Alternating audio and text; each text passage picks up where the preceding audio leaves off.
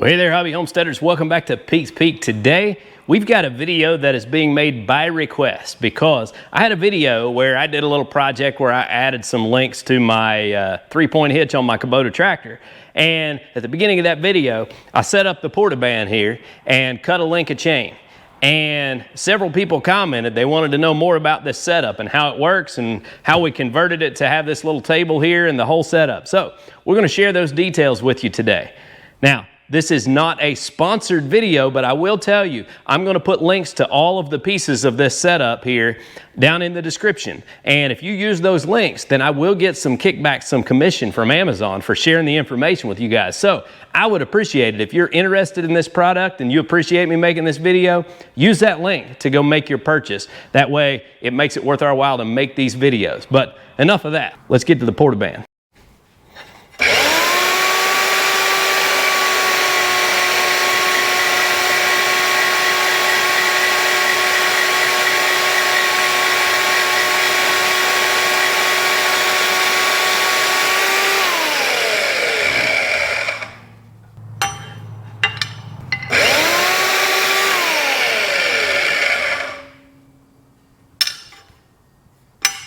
All right, guys, so the first thing I will tell you is I have not yet discovered all of the uses for the Portaband, but we have found the most uses for the Portaband mounted to this table right here. We use it all the time, and so it actually stays attached to this most of the time.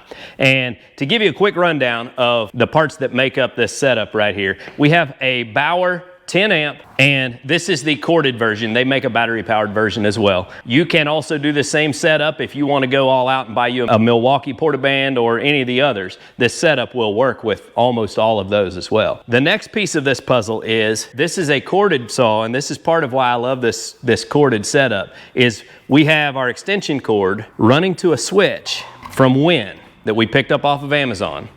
And this is a momentary switch that you just plug your bandsaw into. So we have power coming into it, goes through the switch and to the bandsaw. Now, in order for the bandsaw to kick on, when you press the switch, you just have a zip tie around the trigger of your bandsaw and it overrides it, so there's no power to the bandsaw until we press the pedal. And then it's just like pressing the trigger right there by hand. It gets your hands free where you can do all sorts of work and, you know, cut your fingers off or whatever you're gonna do. I say that because everybody commented about the fact that I wasn't wearing gloves when I was using the saw in the last video, and everybody wondered if I still had all my fingers. As of today, I've got them. So, the next and most important piece of the puzzle is this plate right here. Now, most people assume this is something that we fabricated or came up with on our own because they hadn't seen it before.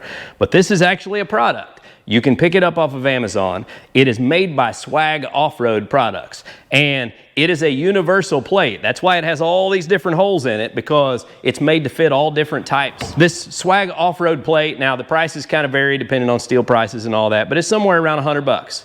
And so in this whole setup, you know, foot switch and all, we're somewhere right around $300. And man, it is priceless in some of the work that we do in here in our shop. I guess I should also mention that we have an Irwin vise that we picked up at Lowe's, and so far so good. I mean, it's not an expensive vise, but it's doing a pretty good job for what we need it for, and we just have it bolted to our wooden bench here. It's not the sturdiest setup, but it's getting the job done for now. So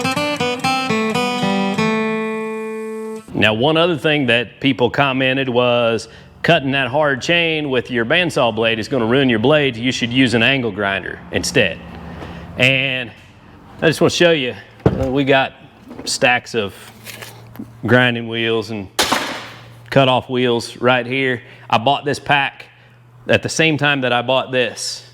And once I figured out how this works, I've never even opened it, because those things are dangerous and they bust apart and they fly all over the place. For the price of a bandsaw blade, I'll absolutely burn up a bandsaw blade before I'll mess with using those cutoff wheels. The only time I'm going to use those is when I'm in a place where I can't get the Portaband. The Portaband saw blades, you can buy a 3-pack of those on Amazon for 20 bucks. So you're under $7 a blade. Man, I'm going to cut what I want for 7 bucks. I'll just put a new blade on it if I have to. The whole setup really is economical, and We're not a fabrication shop. We're not using this all day, every day, so we didn't have the need to go out and buy the Milwaukee or DeWalt or you know, a more expensive brand, because this is an occasional use tool in our shop.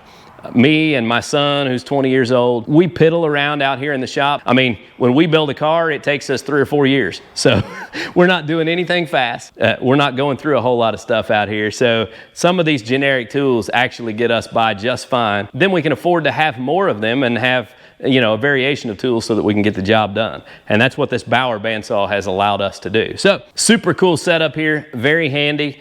Swag Offroad makes the plate. Harbor Freight bandsaw, Wen Foot Switch. And if you'd like to pick up any of these products, they're all available on Amazon. And like I mentioned before, if you want to use our link, we'll get a little bit of commission for that, and we would appreciate it. If you don't, that's okay too. Guys, I hope you enjoyed seeing the rundown of the tool here. As always, we appreciate y'all watching. Y'all have a good day.